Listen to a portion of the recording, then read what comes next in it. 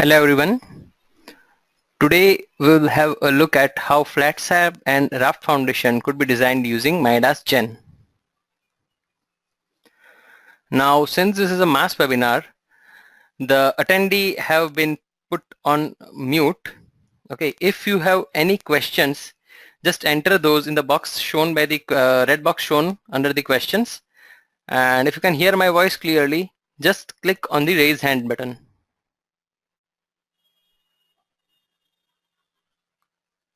Okay, I have enough raised hands, so I'll begin with today's presentation.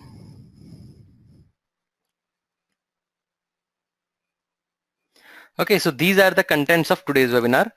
We'll have a look at the modeling, the loads that could be applied, just simple loads in this case, the dead load, live load and the soil pressure. Then we'll perform the analysis of that. We'll design the flat slab as well as the raft footing, and towards the end I'll generate a dynamic report, and then we could have a Q&A session. Okay, so these are the available design codes, but today we would be focusing on raft design and slab design using IS codes. So for flat slab, what we would be doing is we would be designing, modeling this kind of flat slab today. We'll see the automesh feature and we'll create the domains. We'll also have a look at why these domain creations is necessary. Similarly, automeshing and domains would be generated for the raft footing.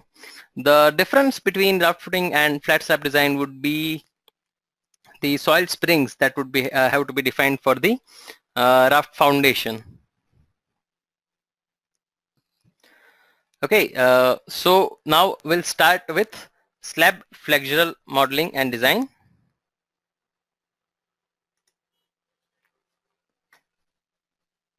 So we'll start a new file.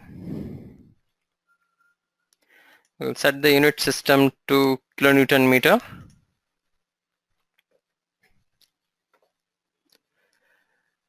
Today we would be using the grid lines to generate our model. So first of all, I'll just create a grid line. Give your system a name. 0, 0.6, 0.6, 1.3.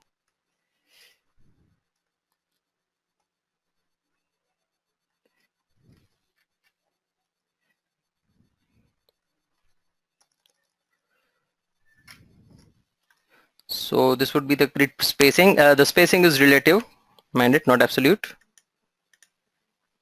Similarly for y direction.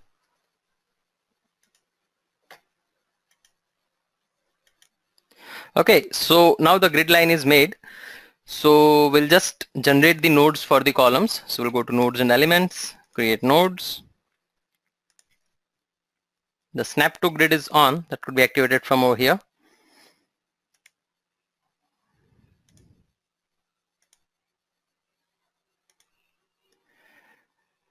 Okay, so the nodes for the column have been created.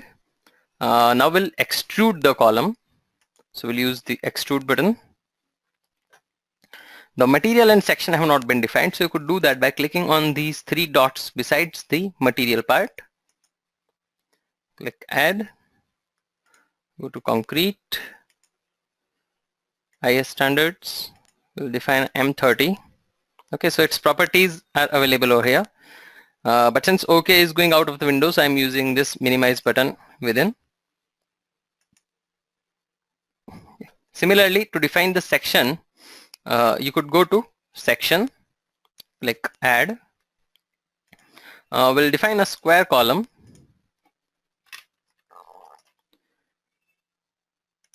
Say 0.5 meter by 0.5 meter.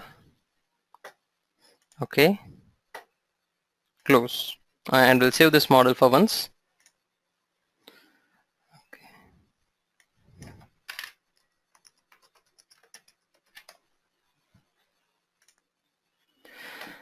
Right, so we'll select the columns, or rather sorry, the nodes. and we'll extrude these in Z direction, that is vertical direction, by say 1 meter.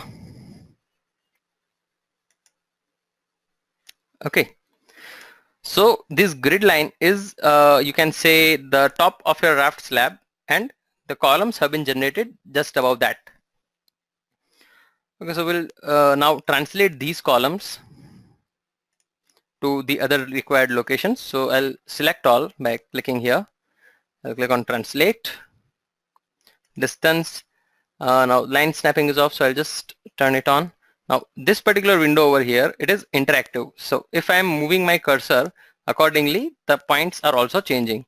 So I want to move it from this location to this location. So it will come up automatically. I want to do it 3 times and apply. Okay, so columns have been generated at all the required locations. Now we'll create dummy beams along the exterior of the slab strip. I'll just show that. So we'll go to create element, but we'll have to create a dummy element for that. So I'll click on these 3 dots over here under the section, click add, we'll go for a round section, sorry,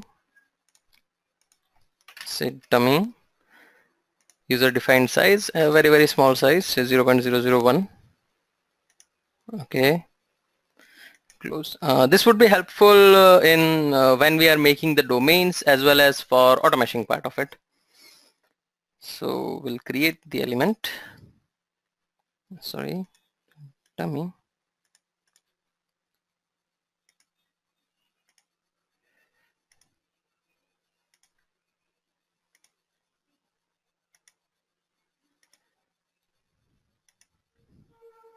Okay, again we'll use the translate function to generate these at all the dotted line locations.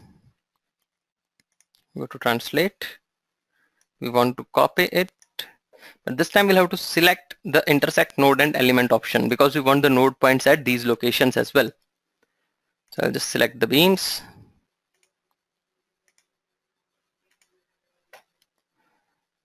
the direction again like before, and I want it again 3 times. Okay, similarly in the other direction.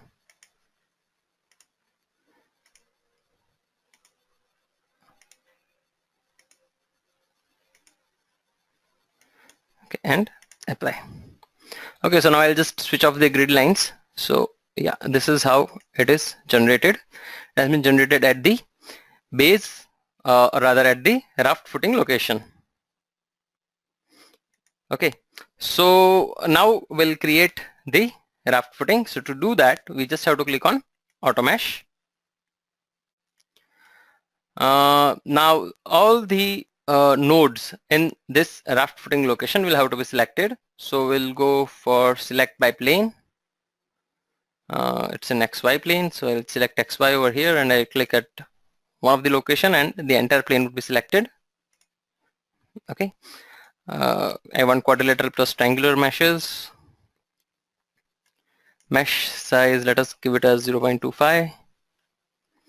Now thickness, we haven't defined yet the thickness, so I'll just define the thickness for raft, say 0.25, and I'm giving it an offset, so I want it to move down by half its dimension, otherwise it will be created center by center. So minus 0.5. Okay, similarly I'll create one for the flat slab, so that is 0.15, say for example, or rather sorry 0.2, and okay. Okay, so first of all I want to create the raft at the base, so I'll just the selection and everything is done. I'll just click apply. So the mesh generation will be done in a while. Once this is done, what we'll do is we'll copy the plate elements that have been generated to the above location where the flat slab is located, and then we could just change the thickness property of the raft into the flat slab one. Okay, so the raft has been generated. If we look at it from this view, it can be noticed that the raft is starting from the bottom of the column. Okay, so I'll just disable the nodes for a better view.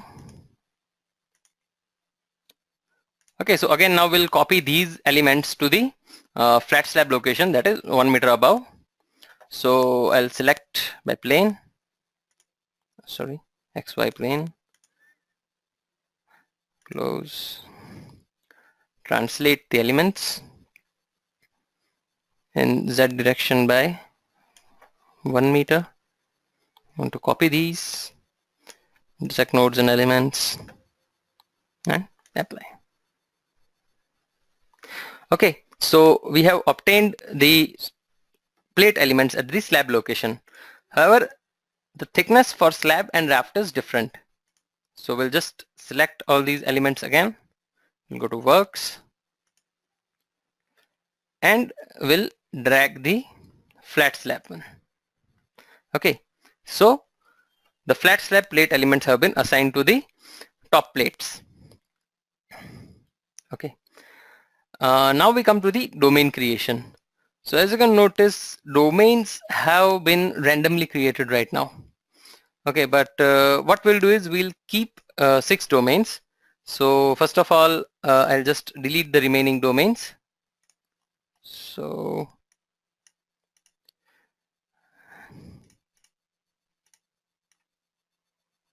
there is no specific reason to keep 1, 2 and 3, but I'm kind of used to that part, so this is a creature of hobby.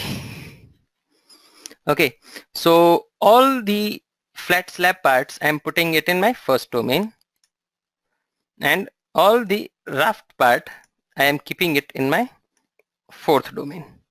Okay, so now you can see 2, 3 as well as 5, 6 have 0 elements. Now I'll beginning creating the domains. So I'll start with the flat slab part. Okay, now I said that beam elements would be required in this.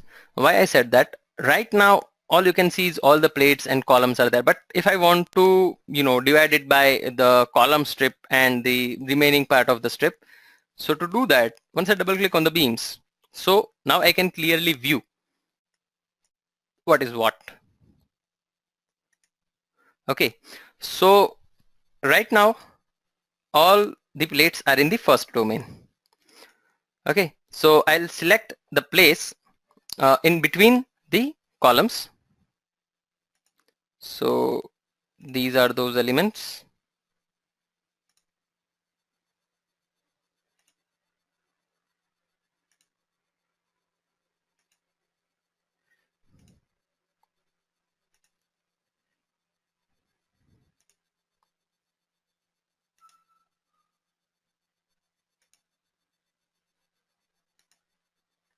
Okay, so these I am putting up in the second domain. So now we have 2 domains. This is the column part, whereas this is the slab part. So again, this some part of the slab is actually on the column strip, while some of it is completely not on the column strip. So now we'll create that domain. So to do that, again I'll just activate the beams and I'll select the particular elements.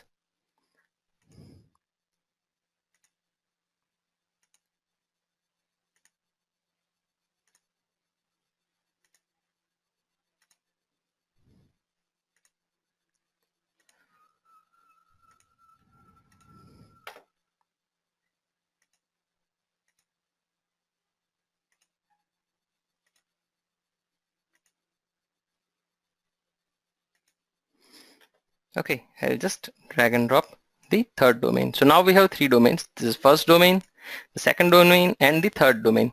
So as I explained earlier, this would be required to know the reinforcements that would be applied to these domains, as well as if you notice the type. Okay, so the top part is the slab, but the bottom domain that is actually a mat footing and not a slab. So for the software to know that it has to be designed as a mat, we'll have to classify that subtype. So I'll just activate all the elements once. Sorry. And now I'll select the raft location. Okay, and I'll repeat the same process.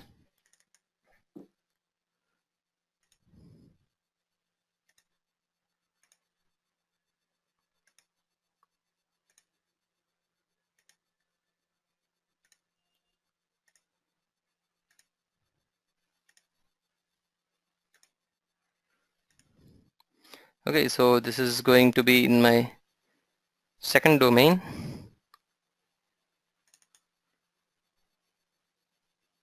Sorry, I'm in the fifth domain.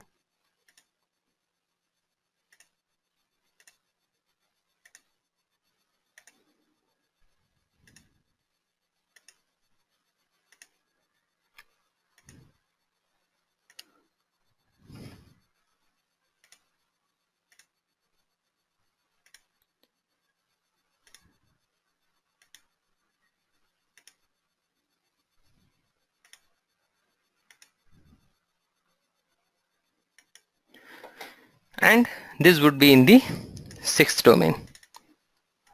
Okay, so the domains have been made for the raft as well as the slab, but these domains would have to be modified. So to do that, you can go to properties and change this type over here to mat. Click on modify. Okay, so now this type over here has come to mat. Similarly for the other two domains, just mat modify and mat, and once again modify. Okay, so the required domains have been created. Now for the mat footing, obviously when we are going for mat, we'll have to model the soil below that, right? So we would know the subgrade modulus of reaction for the soil. So we can simply assign the springs for that. So we'll just select all the activated elements. So all the raft elements have been selected. We'll go to boundary and we want to give the surface spring because, well, plates are a surface. So we'll click on surface. We want to give the point springs. It's a planar type. We are giving the linear springs. So raft basically, since we are giving only the vertical loads, the lateral movement would not be there. But for stability purpose, we have to give some nominal value for subgrade modulus of reaction. So we'll just give Kx and Ky as 100 kN per cubic meter. Well, Kz will give as say 15,000 kN per cubic meter. Okay, and click apply. Okay, so the soil springs have been applied to all the node locations. Now mandate, you just have to give the Kz, that is the subgrade modulus of reaction. From this, what the software will do is it will calculate the stiffness that needs to be applied at all the locations, and it will automatically assign the spring, because the stiffness which would be assigned for the edge and corner nodes would be less as compared to what is assigned to the central nodes. So all of that happens internally. Okay, so these have been assigned. I'll just once again go to the initial view and deactivate the nodes. Okay, so now for the loads which would be acting. So first of all, we'll create the load cases. So self weight, it's gonna be that load, add say soil dead, that is the vertical soil pressure that would, because of the soil filling above the mat. We'll click add and say we are giving just live load.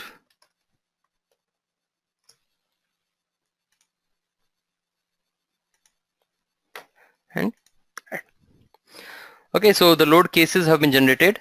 So to assign the self weight, we'll just go to self weight. We'll give Z direction as -1. Add. So with this, the self weight for the entire structure has been auto calculated. Then the dead load as well as the live load as well as the soil pressure load would be applied as pressure loads. Okay, so we'll select the soil dead load.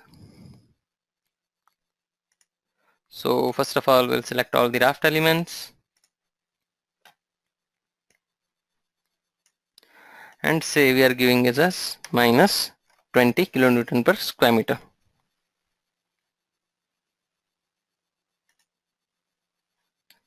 Similarly for the flat slab, so we are giving this as first of all in the live load case and as minus 5 kilonewton per meter square.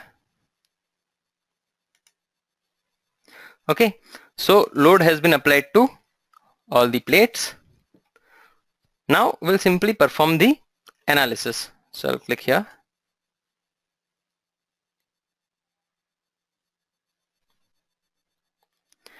As you can see quickly, the entire analysis part is over. So we'll go to results, deformations, displacement contour. We'll just check.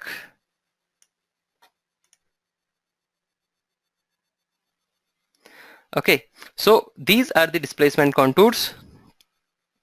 It can be noted. Okay, I'll just separate the slab and the raft. So first of all, we'll just check for the raft.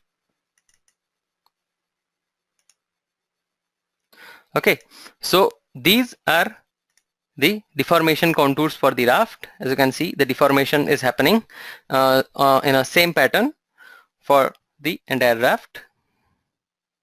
And if you check for the slab,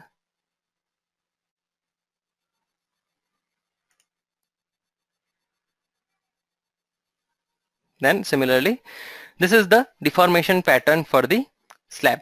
If you want to check the values, I'll just activate all. Look at the deformation, deformed shape.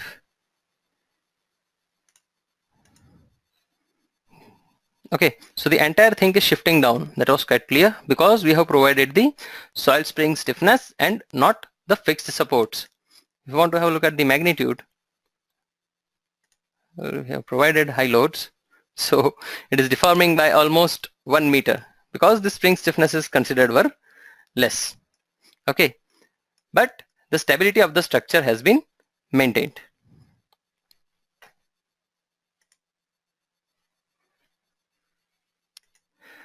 Okay, so similarly, let us again focus on the slab.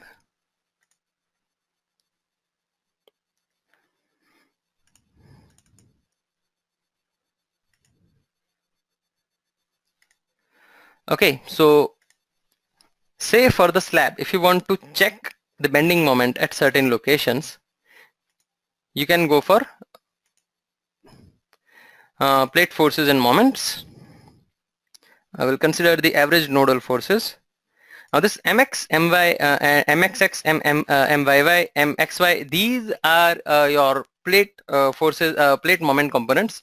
To check exactly what these mean, you would just click on the help button over here and under results, forces, plate forces and moments, you could check what each component actually means. See what mxx is, what myy is, mxy is. So all of these could be studied.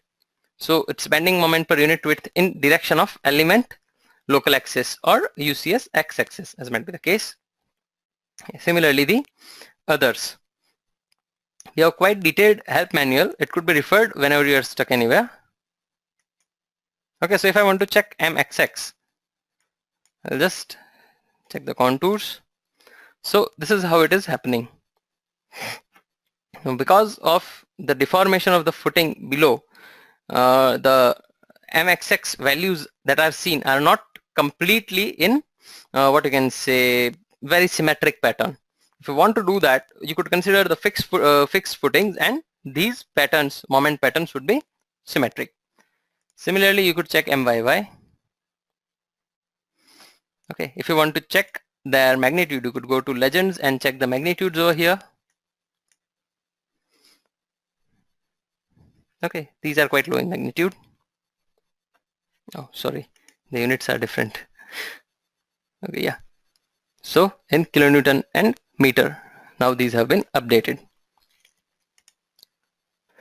Okay, so if you want to see the cutting diagrams, sorry, I forgot to show that. Then you could just click on this cutting diagram over here. You can add a cutting line, say at this location, add. Similarly, you could add one in this direction and click add. We'll just reverse it. We don't want to see the value output, and we'll say apply. Okay, so the cutting lines are visible.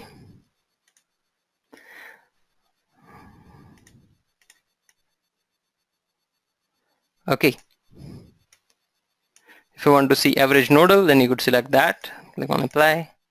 So the results would be averaged on the node and it would be shown, so it is smoother as expected. Okay. Similarly, if you want to view their graphs, then you could do that as well. Okay, so the graph for the bending moment at those particular locations could be obtained, and this could be attached to your report. Say for now I am saving this graph as image, then it could be saved in the paint format. Okay, as for this particular image, if I want to add it to my dynamic report, which I would be showing at the end, so I can just click on dynamic report image.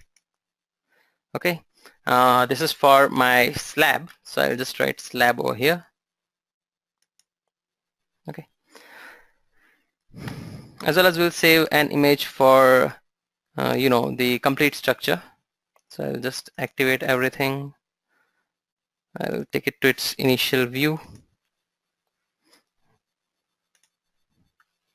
Okay, and we'll add this image to the dynamic report image as well.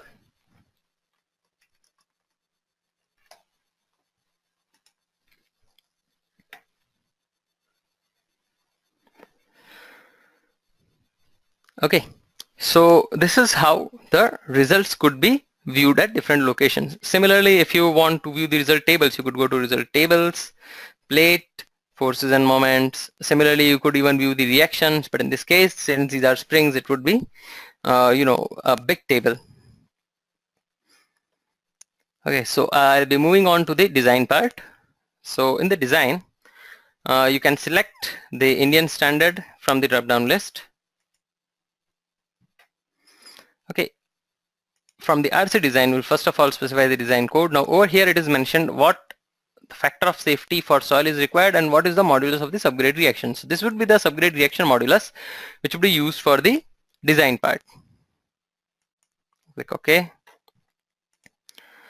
Similarly, we can mention the slab and wall load combinations. Yeah, okay, so first of all we'll have to give the load combinations. So in the results, load combinations, concrete design, we'll just auto generate.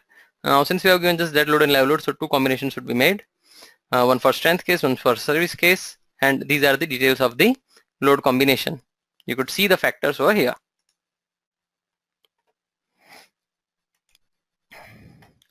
Okay, so in the design, over here we'll first of all add or modify the concrete material. So here we'll just consider the rebars. So we are gonna consider Fe 415. So I'll just modify the material. So the load combinations under slab wall load combination. Now over here, these the two that we have created would be considered for strength serviceability deflection check. Okay. In this case, the load combinations are too few, but say you have a large number of load combinations and you want to choose for which combinations you want to design, then you could make that selection over here. Okay. Once that is done, come to the design criteria for rebar. So it has to be followed one after the other. Okay, so over here, this basic rebar for slab and mat. So if you want a specific minimum that these rebar should be provided, then you could give this basic rebar for slab and mat. But in this case, we'll allow the software to choose which rebar it wants to give. So we can select the rebar. So for slab design, so these are the available options from which P10, that is 510 and 512 have been selected. Okay, and the spacing have been selected as 100, 150, 200, 300 and so on. Similarly, the cover to these rebars could be mentioned over here. So for the slab, we'll keep the cover as 0.025, that is 25 mm. At the, from the exterior face of the slab to the rebar location in direction 1 as well as in direction 2. Sorry, I added one more 0. For the mat, now I'm changing the rebars that have been kept. I'm restricting myself to 12 and even 10, say. Okay, and the spacing have been kept at 100 and 200. Let us keep it at that. The cover would be 0.05 in this case.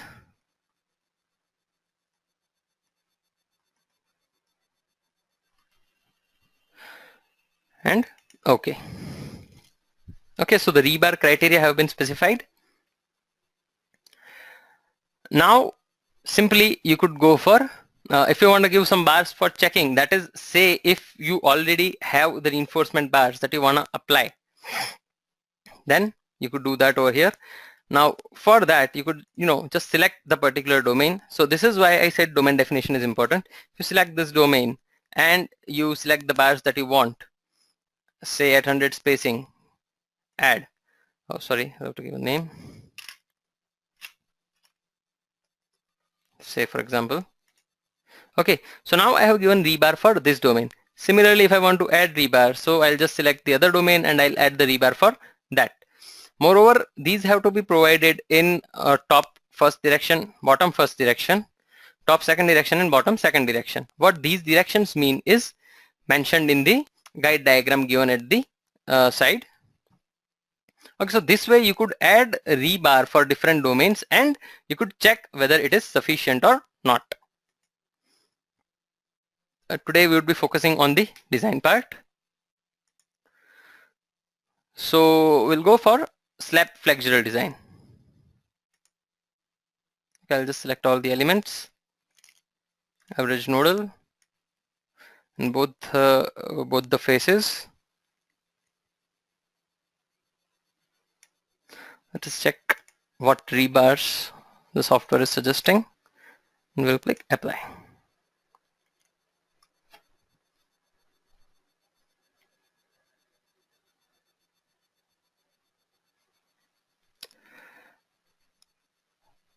Okay, so we can see over here that towards the edge 10 at 300 is sufficient, while in the center part 12 at 150 is required, and besides on the periphery of the central column 10 at 300 to 12 at 300 would be sufficient. Okay, for the raft it is giving almost uniform because we have given very less option for the raft. But it can be noticed that where the negative moments would be acting, that is the column forces would be coming, there these higher rebar have been required as compared to the other locations.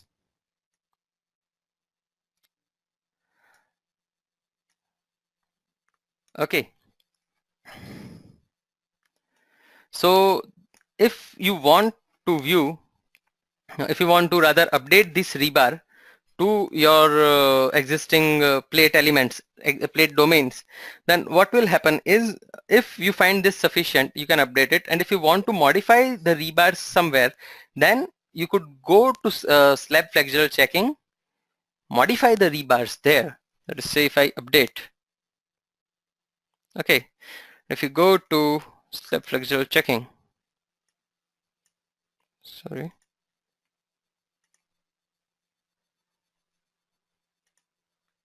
Okay, so now these I had only mentioned T1 at that time, but now for my different domains, my rebars have been updated in the software, right? So if I want to modify certain rebars for the domain, then I can do that over here. If I want to give some additional rebar, then I can do that as well.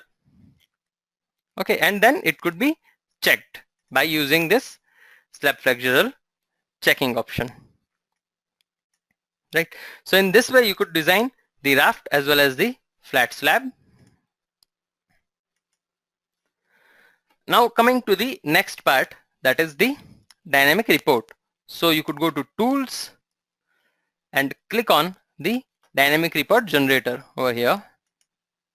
I'll open a new document, a new Word document within the software itself. Now whatever report you want to generate, you could simply give your own write-up over here. Say I'm giving here flat slab and raft webinar, raft 0.25 meter, slab 0.2 meter. Okay, so I can enter any data I want.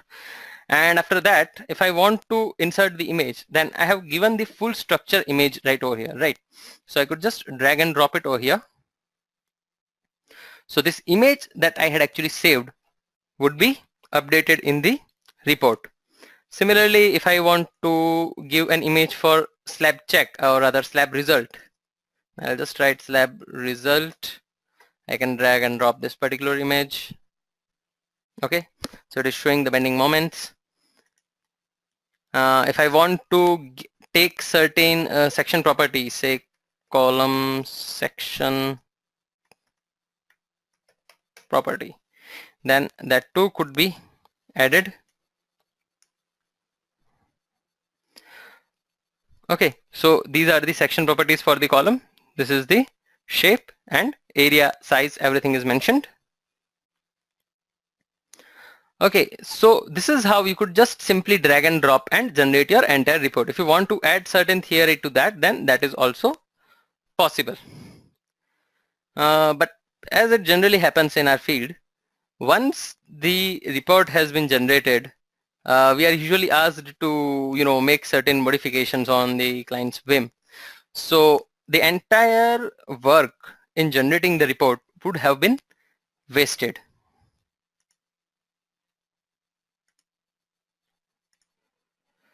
Okay, so let us say we are modifying the model. So I'll just activate everything. Okay, and say I am removing certain elements. Okay, I'll just remove it. Okay, so this has become my updated structure. So obviously I'll have to re-perform the analysis. Okay, so the analysis is performed, and in the report editor I can simply click on auto regenerate. So it will ask me what I want to update in the report. I'll just select all and I'll click regenerate.